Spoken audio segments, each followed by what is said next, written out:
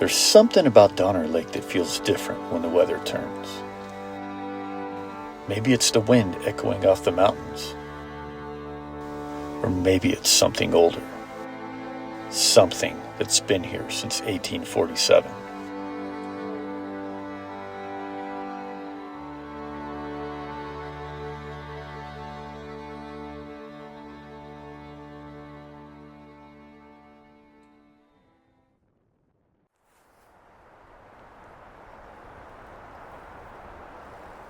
So I'm out here at Donner Lake where people still talk about ghost stories that trace back to one of the most tragic chapters in American history.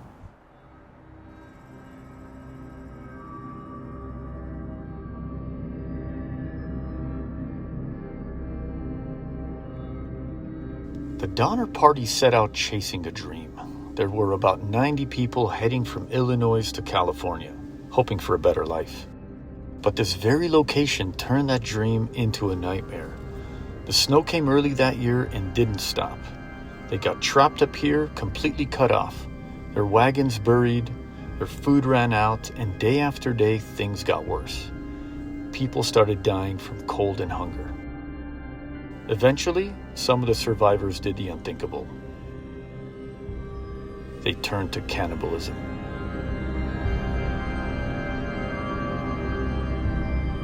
When rescuers finally made it through months later, what they found at the camp was horrifying.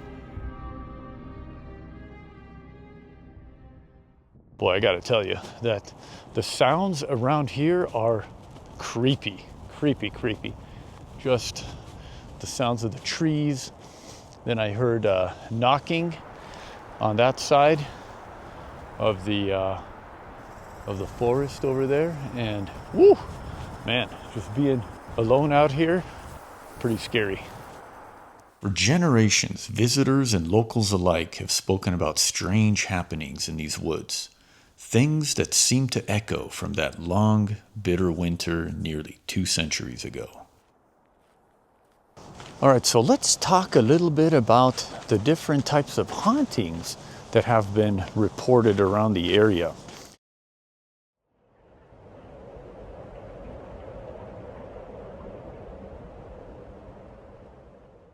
So probably the most frequent apparition that has been reported around here is supposedly the ghost of Tamsin Donner. So people report seeing a lady dressed in period clothing, either floating or drifting above the lake, and then suddenly she just vanishes in the mist. Some say Tamsin Donner's spirit still wanders these shores because she never truly left her family behind.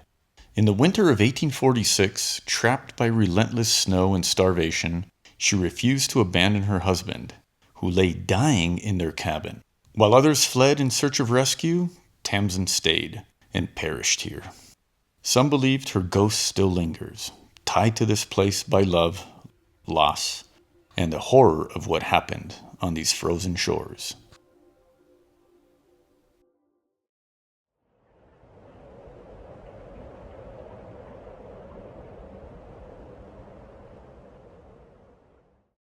So I just had a very weird thing that happened to me. I recorded this whole segment talking about these ghostly fires. And when I checked the volume, there was nothing there. The receiver that I used with this mic, because I was using another camera, died. And I had just charged this receiver today before leaving. That receiver lasts maybe 4, 5, 6 hours. And I only recorded for about 15 minutes. So, I don't know, just kind of a weird thing. Now, I'm not saying it's ghosts or anything like that, but it's just really odd. I never, ever had that happen. All right, so here I go again, take 2. Hopefully the battery's not going to die this time. Anyway, so people report seeing these shadowy silhouettes of fires or what looks like people gathered around a fire. And people report this seeing from, let's say, across the lake or through the woods, and when approached, it just vanishes. It's like nothing was ever there.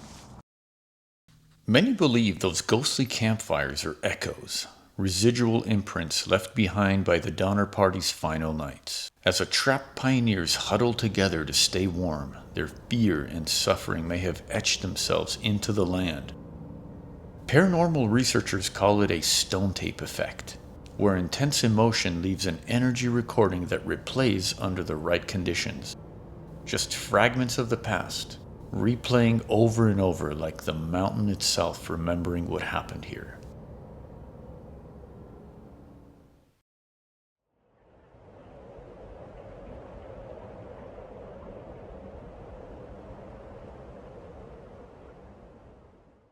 Strange sounds are another phenomena that have been reported by hikers and campers who come to Donner Lake. Some describe faint cries carried on the wind, others whispering voices that fade when you try to listen closer. A few say they've heard what sounds like moans or soft weeping across the water late at night, long after the campsites have gone quiet.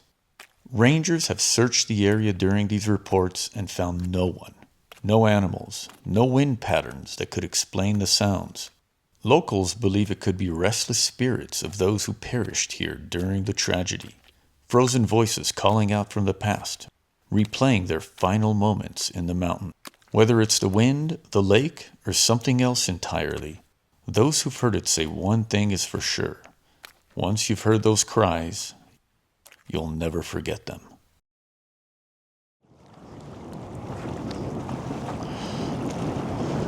I gotta say that standing here today, it's hard to believe that this peaceful place was once the site of so much suffering. Out of 87 people that set out with the Donner Party, only 48 made it through that brutal winter. Even now, some believe the lake remembers. The cries, the hunger, the desperate fight to stay alive. Locals say that when the fog rolls in and the lake goes still, you can feel them watching, trapped between this world and the next.